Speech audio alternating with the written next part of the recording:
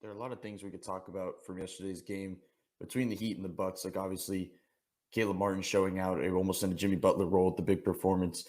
But I'm kind of going to hold that out for another topic. I want to talk about a lot of the things that guys like PJ Tucker did, guys that KZ Okpala did, uh, starting with the offensive shift that kind of was from PJ Tucker. So I just want to go through some of the reasons why I asked him about it after the game. Uh, and we'll see it right here. First, it started off, this was like the first play we've seen it. We're just going to see a normal pick and roll between Kyle and PJ. You're going to see what they started doing was because Drew was guarding Tyler, they would just put Tyler in the corner and take Drew out of the play completely, which makes a ton of sense for obvious reasons. Now it's Kyle to PJ pick and roll. He refuses the screen. He gets by him. Now what we're going to see is they started seeing the open spot of the defense with Milwaukee was in the dunker spot. They would just constantly help from whoever was down there. And as we know, Kyle specifically can find that every time. So he gets in there. Middleton helps over. Kyle pauses, hits the bounce pass. It's an easy dunk. And from here, after this play, with 8 minutes left in the second quarter, ever since this point, it basically just was expanded upon and kept going to over and over. But this is the play I was talking about. I asked PJ about it after the game. When people are blitzing the pick and rolls like this, Bam is the guy that would always force the 4 and 3s on the backside, make a skip pass because he can. But PJ's basically stepped up into that role where I'm going to talk about a couple of things where he's basically in the Bam light offensive role. This is one of the biggest things why they're able to at least function without Bam offensively. As we see right here, it's Max Strus. He gets doubled immediately. Now PJ is going to receive the ball in this role on the open floor. And as I said before, it's going to be on 4 on 3 as they try to recover and get into their rotations. PJ is going to receiver immediately. This is a good job by Tyler that he doesn't stay in the corner because obviously they might have got a decent look from 3, but maximize the space on the floor with Kyle shifting down and KZ shifting down. You got to cut through the lane. You got to get to that dunker spot like I just said. Middleton helps over, as I said. He hits Tyler right here and he lays it in. Like that is just picture perfect offense. That's the way you operate without Jimmy and Bam. When you have your base offensive guys that you're not with, you have to work it as team ball like they did. And it's one of the biggest reasons guys like Caleb Martin, all these other guys got so many good looks. Another one, as we see right here, it's another reason now things shift. It's almost like they're, instead of predicting the ball handler and letting PJ get on the roll, it seems like they were worried about PJ on the roll, which is not something we've seen over the years. This might have been a miscommunication, as we see right here. He was going to go under a screen. It was a little bit of drop. Kyle immediately pulls, like, look at the room he has right here. He didn't have the greatest shooting game. He got going late. This was kind of one of the first shots he got to go in that kind of got him on a roll in the second half. But the interesting thing is, I go back one more time, just looking at the way Drew Holiday worries about PJ as he rolls right here. Like he tags him to kind of stop him, and it's like that is not happening last season. But that's just what happens when you're able to create so many good looks and you have one of your best playmaking games of the season. So as we continue some of the things PJ was doing playmaking-wise, as I talk about the Bam light rule, one of the things we know Bam did more than anybody, kind of like same thing with Jimmy, but is the mid-post touches, and then obviously working from the elbow extended and kind of looking for handoffs and different things like that. But we've seen Markieff get mid-post touches. We've seen Jimmy get mid-post touches, and we've seen Bam get a bunch of mid-post touches. All 3 of those guys were out. Like they've been as of late. PJ stepping up into more of those touches. Kyle did a little bit more as well. Like they need that to have, a decent offense, especially when you're not getting the greatest night from Duncan and Tyler, which is just wild how they are able to win a game like this without those guys. But as we see right here, they get the ball into him immediately. He's at the 3-point line. They know what he's going to do.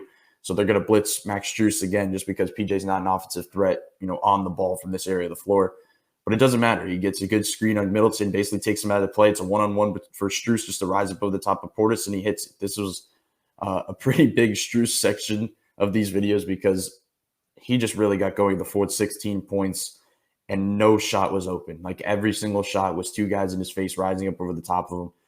But he doesn't see defense. Like he literally said every shot he took, he thought was good, he knew was going in. Like that's his mentality.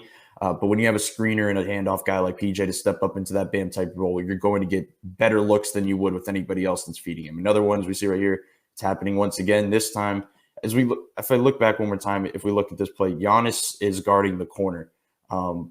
As I go back right here, he's guarding the corner, so it's kind of hard to hit PJ on the roll right here just because Giannis can cover so much ground. But as we see right here, now Giannis is guarding PJ, so it kind of changes some things a little bit. Strus once again comes off the off-ball screen again to the handoff. PJ just kind of throws an offensive line block on Middleton. It's a one-on-one with him and Strus and Giannis, and he buries the three. It's just interesting to see how much better his looks can get, even when they're so worried about Strus in the fourth quarter like this, that he can still get decent looks just because of the screener that PJ Tucker is. Now, I'm talking about PJ Tucker being in that Bam type role, but the issue is when you have Bam in that PJ in the Bam Adebayo role is that you need somebody to fill the PJ Tucker role. And that's something they haven't had, that they haven't had a Markieff to kind of step up in that way. They had somebody last night, and his name was KZ Okpala. He was basically doing the things while PJ was on the floor that PJ usually does next to Bam on a regular basis. So as we see right here, this was actually when PJ was off the floor. It was like a 2-3 minute stretch in the fourth quarter where they let PJ get a quick break. KZ was the 5, and he actually held his ground. He had a great game overall. He was able to do really good things defensively, and he actually handled himself offensively, like inside, putting the ball on the floor, getting to the rim, as a screener, as a passer. So like seeing him play that type of role was really interesting. But as we see right here, this is the type of stuff PJ Tucker would do. He would get the ball on the inbound and immediately go for a quick handoff. Like KZ Okpala forcing these good looks, or I don't know how good of a look this was because they could just fully blitz him, but Max Strus able to hit a shot like that is just defeats any purpose. But KZ Okpala being able to be functional in that way basically saved Miami last night. Like Caleb Martin obviously going Jimmy Butler mode is big time. Kyle stepping up, and as mentioned, PJ. But KZ Okpala being able to do these type of things is just huge. So as we see right here one more time, this type of shot is just wild, by the way. Like the release point on Max Strus' shot, to be able to rise over the top of him like that and not be phased or your shot be altered whatsoever is just pretty wild. But that's just why Max Strus should not be out of the rotation, especially when Jimmy, Bam, and Markieff are out. When you have 3 regular rotation guys out, Max Strus should never be out of the rotation. So just see right here, he hits it. Another one, as we're going to see right here, this is the last one.